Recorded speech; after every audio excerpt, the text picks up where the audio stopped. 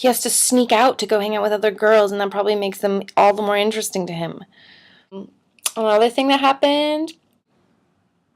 I don't. I wouldn't go so far as to say stuff What?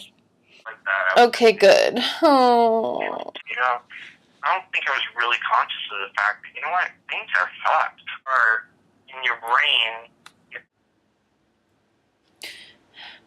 It's not him. It's not him. Hi. You're around him. The more you're around him, the more. Oh, wow. So how long is he staying for? You'll just slip into this sense of, I'll just take whatever I can get and make myself as available as possible.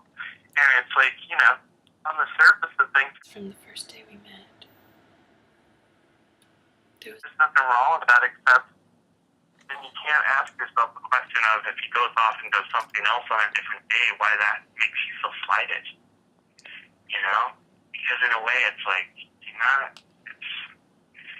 play by two different rules. Just kind of know that it's be in that space where if he leaves to have a day with somebody else, it can't matter to you that much. It just can't. But Brad, that's kind of what you're doing. What rule sets am I playing by? This one day? Well, you kind of want him to always, you want to make yourself as available as possible for him to be there, and then you probably don't care if he goes off and does other things, but if he goes off and does something with this girl, then you do feel weird. And that's sort of understandable, you know? But you can't, I just think that you're going back into the same kind of pattern. And then at the end of that pattern, when you feel hurt and stuff, then you wonder, like, where? And I hate it, because it's not fair. Where did I go? Where did I disappear to? Well, that whole time you were slowly sort of disappearing when you were artificially making yourself available. You could be more cool. I know I was disappearing, and I did disappear. But I could very easily reappear, you know. I've already told you I'm going somewhere else then. It'll look like I'm not committed to where I was going. So if I don't say anything, it's really ridiculous, powerless situation to be in, and I don't like it. And it's wrong, because it's pathetic, and I always say it. Speaking of people who blah,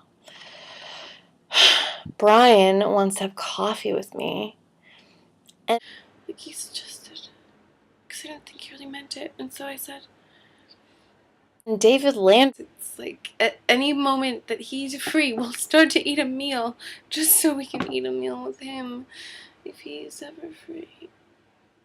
That's so wrong and pathetic and sad. Landrum just sent me a text today. David Landrum. And I told him I couldn't read mostly my text because my phone wouldn't allow it. And all he said was, "'Tis a pity." 'Tis a pity. Yeah, and